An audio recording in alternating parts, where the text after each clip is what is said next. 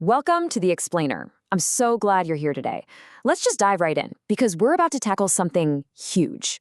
We're going on a journey to uncover the deep, complex, and honestly pretty chaotic roots of modern American identity. We're going to take some cutting-edge sociological research and layer it right over the grand sweep of history. By the end of this, we'll have a much clearer picture of exactly who we are today and how on earth we got here. Now, it sounds like a totally simple question, right? What makes someone American? But when you actually look at 21st century identity, it's this massive sociological puzzle. We're looking at a brilliant study today by Deborah J. Schildkraut.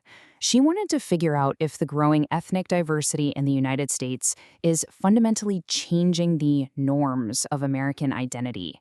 Like, are we losing a single unifying identity, or is something else entirely going on? Well, her conclusion is absolutely fascinating. She found that instead of one single unifying creed, quote, a complex and contradictory set of norms exist. Basically, her research shows that a more multicultural America actually creates a multicreedal America. But here's the thing. To really understand why our modern identity is so delightfully complex and, yeah, sometimes totally contradictory, we can't just look at the present day. We've got to rewind the clock. We need to look at the historical collision of worlds that actually built all these multiple traditions. Which brings us to part one, the indigenous roots. To really wrap our heads around this, we have to zoom way, way out, like tens of thousands of years out. You see, the history of the land that became the United States wasn't just some blank slate waiting for European ships to show up. It spans tens of thousands of years of continuous, highly developed indigenous societies. I mean, America was incredibly diverse way before the idea of America was even a thought. The main theory is that Paleo-Indians crossed the Beringia land bridge from Siberia into present-day Alaska, maybe as early as 30,000 years ago. And over millennia, these groups diversified massively. By 8000 BCE, we see early farming pop up. By the 12th century, huge urban centers like Cahokia are hitting their peak. And by the 15th century, you've got incredibly sophisticated political alliances forming, like the Iroquois Confederacy. We're talking about an immense, continuous scale of civilization shaping the entire continent. Just to put that scale into perspective for a second, by the 12th century, that Mississippian city of Cahokia I just mentioned, it had an estimated population of 20,000 people. At that exact same point in history, the population of London was actually smaller than Cahokia. No way, right? It just completely shatters the preconceived notions a lot of us have about early American history. So the big takeaway here is that early America was already this vibrant collision of distinct cultures, resources, and governance systems. Up in the Pacific Northwest, indigenous peoples had affluent permanent villages and hosted these massive potlatch feasts. Down in the Southwest, the Anasazi were building absolute marvels, massive apartment-like stone pueblos right into the cliff faces. Over in New York, the Iroquois formed a powerful confederacy governed by 50 sachem chiefs. Some historians actually suggest that specific system of political representation influenced later U.S. government thinking. And meanwhile, way off the mainland, Tahitian explorers were settling Hawaii, and the Taino people were building societies in Puerto Rico. The whole continent was already deeply, deeply multicultural. Moving on to part two, European arrival and colonization.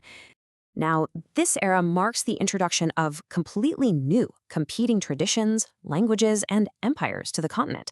And it wasn't just one monolithic group that arrived. The earliest recorded European mention of America is actually north, around 1075, calling it Vinland. But the major colonial footprint, that was a massive mosaic of competing empires. You had the Spanish in the 1500s establishing Florida and the Southwest, the British founding Jamestown in 1607 and Plymouth in 1620, the Dutch settling the Mid-Atlantic in the 1600s, which, of course, later became New York. So our early colonial history was an intensely diverse mix of totally different European powers all vying for control. But we have to look at the historical reality objectively here. This collision of worlds brought devastating consequences. Colonization unleashed epidemics and conflicts that decimated indigenous populations. And when you combine that with systemic displacement, these events severely disrupted those long-standing indigenous societies. This tragic reality is a foundational and, frankly, deeply painful layer of the American historical record. All right, let's jump to part three, expansion, conflict, and modernity. Moving forward, we're jumping right into the rapid, chaotic, and heavily contradictory forging of the United States as an independent nation. This is really where the structural identity of the country begins to formalize. In 1776, the Declaration of Independence is issued. That's followed by the signing of the U.S. Constitution in 1787, which, by the way, is still the oldest codified national constitution in the world today. But the nation didn't stay small for long. In 1803, the Louisiana Purchase literally doubles the size of the U.S. By the 1840s, fueled by this intense belief in manifest destiny, the country rapidly pushed westward, engaged in the Mexican-American War, and acquired a huge chunk of the American Southwest. But this rapid expansion really highlights a deep foundational contradiction. And this goes right back to Schildkraut's sociological puzzle.